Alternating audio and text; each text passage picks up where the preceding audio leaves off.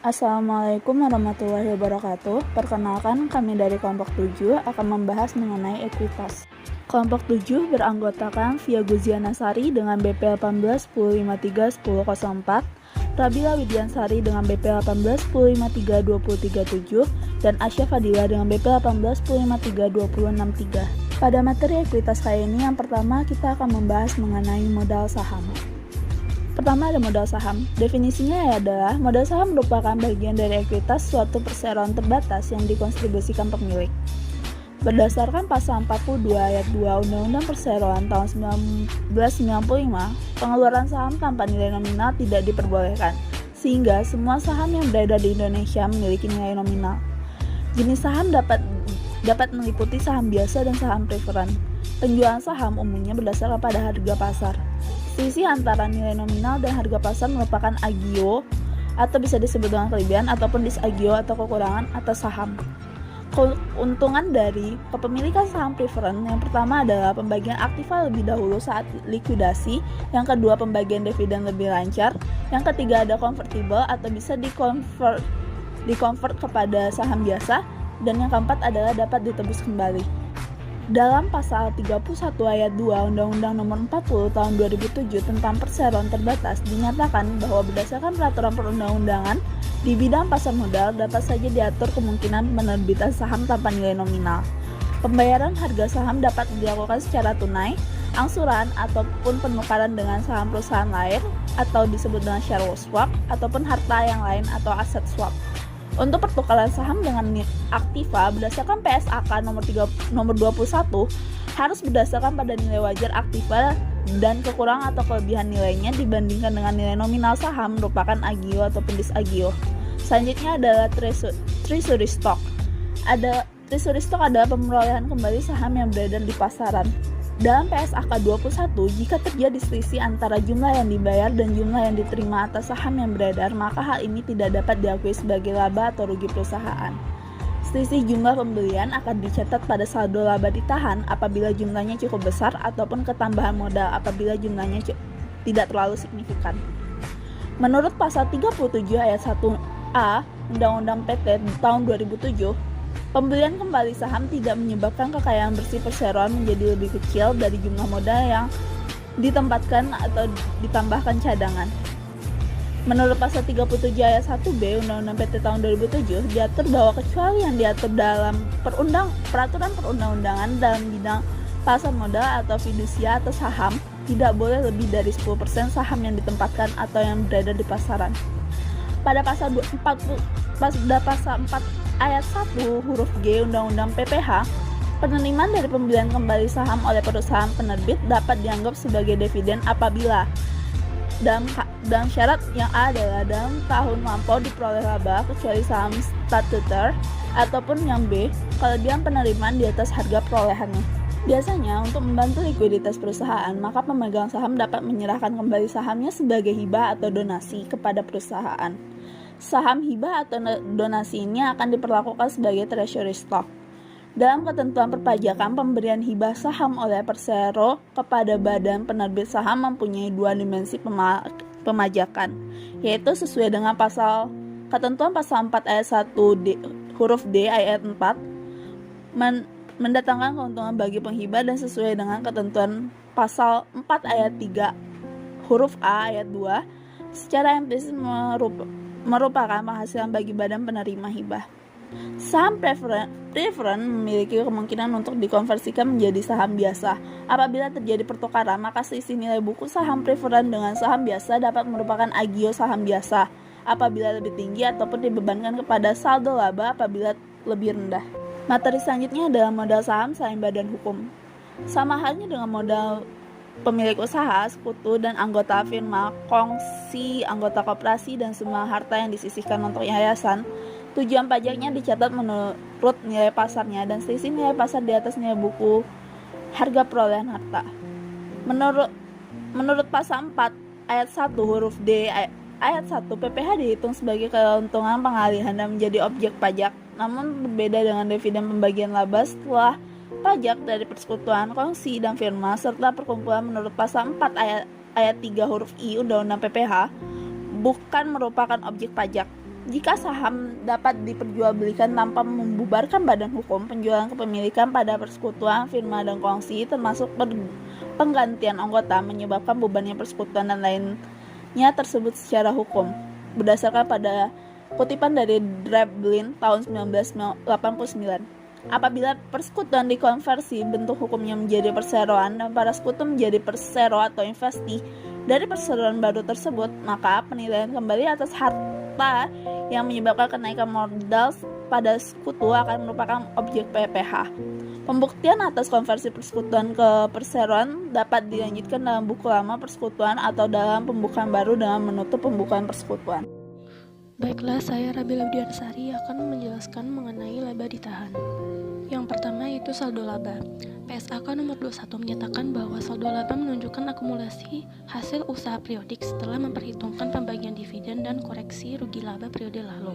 Seluruh jumlah saldo laba pada umumnya dianggap bebas untuk dibagikan sebagai dividen. Perkecualian berlaku apabila terdapat petunjuk atau eksplisit pembatasan saldo laba, misalnya dicadangkan untuk perluasan pabrik atau untuk memenuhi ketentuan undang-undang atau ikatan tertentu. Saldo laba terutama bersumber dari hasil laba rugi operasi perusahaan. Penghasilan itu diperoleh dari transaksi dengan dividen atau perusahaan lain. Tidak ada penghasilan yang terrealisasi dari pembelian dan pembayaran barang modal. Demikian juga dari transaksi dengan para pemegang saham sendiri yang melibatkan saham, sumbangan atau bantuan, dan perubahan nilai aktiva.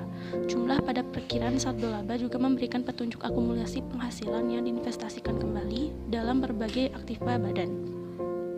Dalam perpajakan, sumber saldo laba yang berasal dari hasil operasi sering disebut dengan istilah earnings and profits atau penghasilan dan laba. Istilah itu dimanfaatkan untuk mendekatkan jumlah laba komersial dan dimanfaatkan untuk mendekatkan jumlah laba komersial dan laba fiskal yang ditransfer ke saldo laba. Jumlah penghasilan suatu tahun dalam konsep ini dihitung sebesar penghasilan kena pajak dikurangi pajak penghasilan ditambah dengan penghasilan bukan objek pajak dan dikurangi dengan pengeluaran bukan pengurang penghasilan kena pajak dan penyesuaian yang lain. Selanjutnya ada distribusi laba. Distribusi laba kepada para pemegang saham disebut dividen.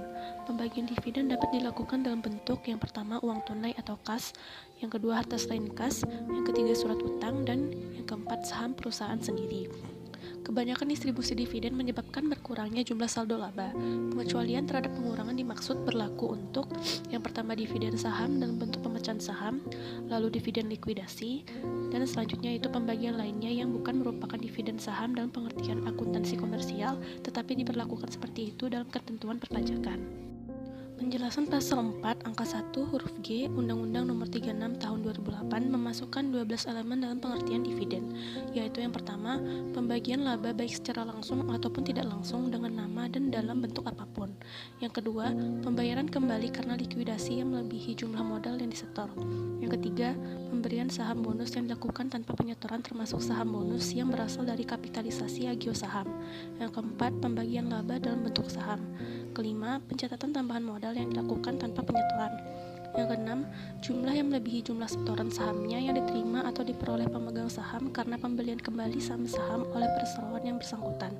Ketujuh, pembayaran kembali seluruhnya atau sebagian dari modal disetorkan jika dalam tahun-tahun yang lampau diperoleh keuntungan, kecuali jika pembayaran kembali itu adalah akibat dari pengecilan modal dasar atau statuter yang dilakukan secara sah.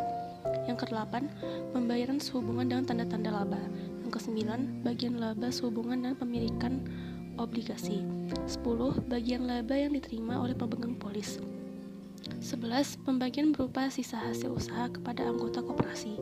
12. Pengeluaran perusahaan untuk keperluan pribadi pemegang saham yang dibebankan sebagai biaya perusahaan.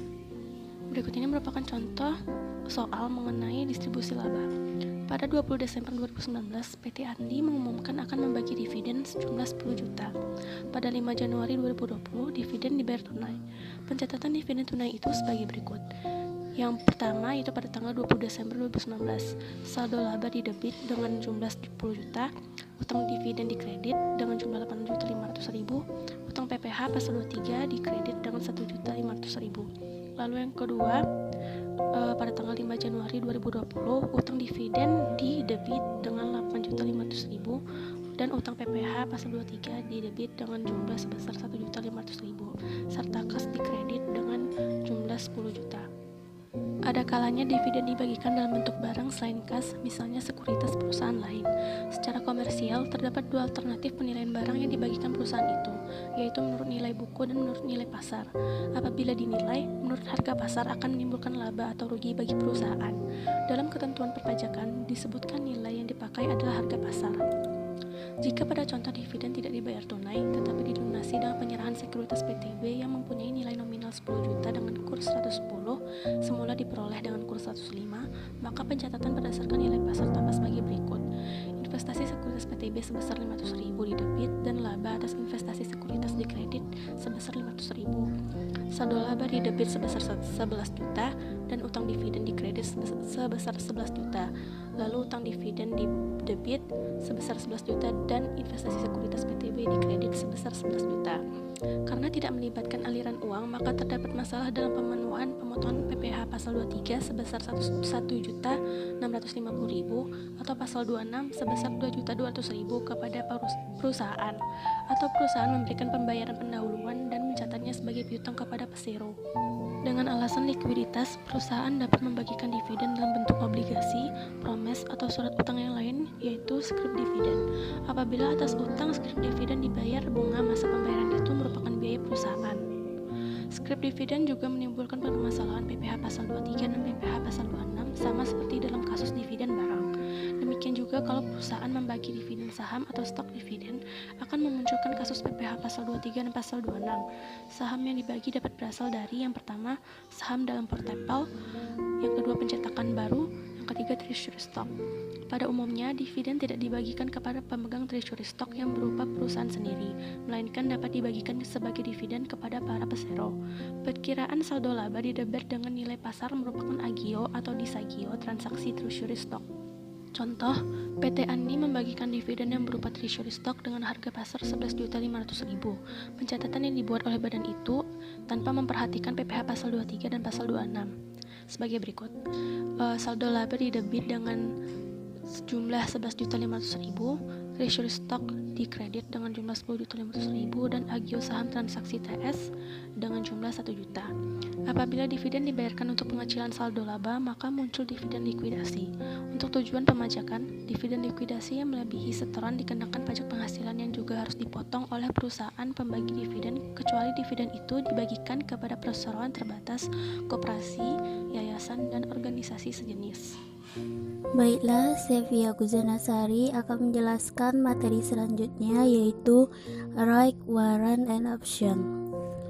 Perusahaan yang berkeinginan melakukan emisi saham dapat memberikan kesempatan pertama untuk membeli saham itu kepada pemegang saham lama dalam bentuk preemptive stock right, pemegang sekuritas lain atau waran, dan opsi kepada pejabat atau karyawan perusahaan. Penerbitan right oleh perusahaan cukup dicatat dalam memorial saja. Penjualan saham dicatat seperti biasa. Bagi investor, pengumuman right itu secara komersional diikuti dengan realokasi biaya atau harga perolehan saham. Harga perolehan realokasi itu dipakai sebagai unsur penambah harga saham baru kalau dimanfaatkan atau penghitung laba rugi atau kalau right dijual. Contoh, PT Iwan memiliki 100 lembar saham PT Andi dari total 1000 lembar. Saham itu bernilai nominal yaitu Rp10.000 dan dibeli dengan harga Rp18.000 per lembar. PT Andi mengumumkan tiap 4 lembar saham lama dapat membeli 1 lembar saham emisi baru dengan harga Rp11.000. Saham lama dijual di pasar dengan harga sebesar 14.500 tanpa REX, sedangkan REX dapat dijual dengan harga Rp500. Jawabannya, alokasi harga perolehan yang dilakukan PT Iwan sebagai berikut. REX sama dengan 500 dibagi 14.500 ditambah 500 dikali 18.000 sama dengan 600 per lembar. Sedangkan saham sama dengan 18.000 dikurang 600 sama dengan 17.400. Atas harga perolehan tersebut dibuat catatannya sebagai berikut. Didebit hak atas saham PT Andi 600 dikali 100 sama dengan 60.000.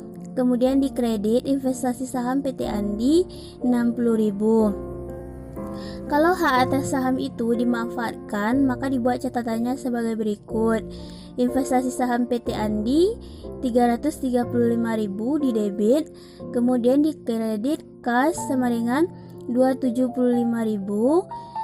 di kredit hak atas saham PT Andi 60.000. Nilai saham baru sebanyak 25 lembar dibeli sebesar 25 dikali 11.000 ditambah dengan harga RAIK 60.000 dan jumlah totalnya yaitu 335.000. Kalau misalnya RAIK dijual semua dengan harga 875 per lembar, maka akan dibuat catatannya sebagai berikut, yaitu kas sama dengan 100 dikali 875 di debit sebesar 87.500. Kemudian di kredit hak beli saham PT Andi 60.000, kemudian laba penjualan hak beli saham PT Andi 27.500. Untuk tujuan pemajakan dalam sirkuler nomor SN 03-PJ42-1993 tanggal 29 Januari 1993 dinyatakan bahwa penghasilan pemegang hak beli saham adalah harga jual RAIK yaitu sebesar 87.500. Dengan demikian, tanpa realokasi harga perolehan saham lama kurang relevan untuk perhitungan pajak. Penerbitan saham preferen atau obligasi sering diikuti dengan hak untuk membeli saham biasa perusahaan atau waran. Berbeda dengan RAIK, waran membutuhkan alokasi harga perolehan dan pencatatan lain oleh penerbit. Misalnya, PTA menerbitkan 100 lembar saham preferen dengan nominal Rp10.000 dan dengan harga Rp12.000. Pemegang saham preferen itu dapat memesan saham biasa dengan nominal Rp5.000 dengan harga Rp6.500. Segera setelah penerbitan saham preferen, waran terjual dengan harga Rp1.000, sedangkan saham preferen tanpa waran dijual dengan harga Rp11.500. Harga perolehan waran sama dengan 1.000 dibagi 11.500 ditambah 1.000 dikali 12.000 sama dengan 960.000 atau sebesar 960 per lembar. Pada saat penjualan 100 lembar saham preferen oleh PTA dibuat catatannya sebagai berikut. Di debit kas yaitu 12 juta, di kredit saham preferen 10 juta, kemudian di kredit agio saham preferen 1.040.000, kemudian waram saham biasa yaitu 960.000.